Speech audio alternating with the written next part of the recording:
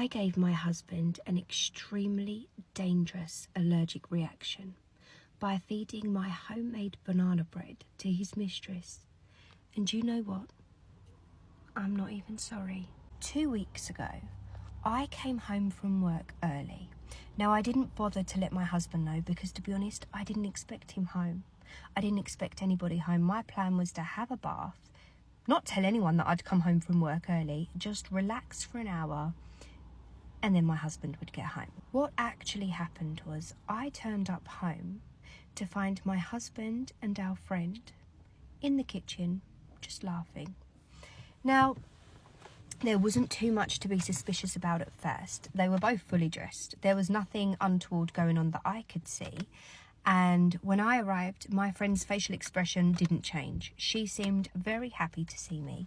She threw her arms around me, cuddled me, and spent the next few hours talking to me. So everything seemed fine. It was only once she left that I kind of internally started to question how long she had been there and what were they laughing about. Because when I walked into the kitchen, I wasn't involved in the conversation. Nobody included me in the joke. We just started our own conversation. So it was playing on my mind a little bit. And then last week, my husband told me he needed to work late. This is not a regular occurrence. My husband never works late and doesn't really have the kind of job where you would need to work late. So it made no sense.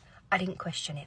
And then at the beginning of this week, my husband worked late. Again, I had my internal questions, but I said nothing. I need to reiterate that my husband's job is not the sort of job where you would need to work late. It's the kind of job where you finish at 5 o'clock and you forget about work. You don't need to think about it until you're there the next day. Is that kind of job, you know? So he calls me yesterday about lunchtime to let me know that he needs to work late. And I said, okay. And I don't know what came over me, but I had a plan. I had a terrible, terrible plan. My husband is highly allergic to bananas. So I went and bought some bananas. I made banana bread. And then I let my friend know that I was going to be dropping some banana bread round.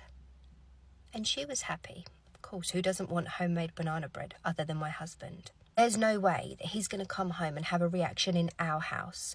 I was on my hands and knees scrubbing that kitchen. It was sparkling. There were no remnants of banana in that kitchen. So I drop the banana bread round to my friend's house. And I leave. I get a call about 4 hours later. My husband had an extremely dangerous allergic reaction to bananas. I make my way to the hospital. And when I get there, the doctor starts to question me on, his allergies, what we have in the house, this, that, the other. In front of my husband, I say, Doctor, I don't know how this has happened. The only thing he's allergic to is bananas. And yes, I did make banana bread today, but I have completely blitzed our kitchen. And that aside, he's not even been home yet, Doctor. You see, I made this banana bread for our friend and I dropped it round there earlier and then this is the point when I turn to look at my husband. And I say, and I have no idea how it could transfer from her to him. How could that happen? It's safe to say that he knew exactly where I stood at that point. I didn't say another word. I turned on my heel and I left the room. And on my way out of the hospital, who walks in? We are literally walking directly towards each other. The friend. See, I'm not normally the revenge type of girl. I'm normally the cut you out of my life, I will never have a need to see you again kind of girl. But obviously, I was in a relationship with him, so it was quite important that I did get my revenge. But her, I had nothing to say. So as we're walking towards each other, she calls me. She calls me to get my attention, to say hello, and to ask how he's doing. I look at her, and I tell her he's allergic to bananas. I'm surprised you didn't know. In fact, you should probably clean your teeth and wash your hands before you go up to see him. Clearly they think I'm stupid. Clearly they think I would never catch on to what they were doing. but I did catch on and nearly killed him. So I get home from the hospital and I do what any sane woman would do. I make myself a margarita. I go out into the garden and push the wheelbarrow into our bedroom, and then I just start loading it with his shit. And then I wheel it out to the front, one-handed mind because I've still got my margarita in the other. Priorities. So I wheel his stuff out to the front and I literally air his dirty laundry all up and down my road. My neighbours had a field day. I reached the back of his first wardrobe, and sitting there, all smug and tucked away like it had nothing to hide, was an A4 brown envelope. Now I was curious, of course, but this wasn't my property. So I put it in the wheelbarrow and wheeled it out to the front. Like fuck I did. I dived into that envelope quicker than a Love Island contestant into a brand deal. And what I found inside were 2 plane tickets to Costa Rica. One in her name and one in his name. A romantic little getaway, was it? I was just about to tear these plane tickets in half when something caught my eye. My heart actually stopped. I recognized those last 4 digits. They were from the account that I had opened for my inheritance money.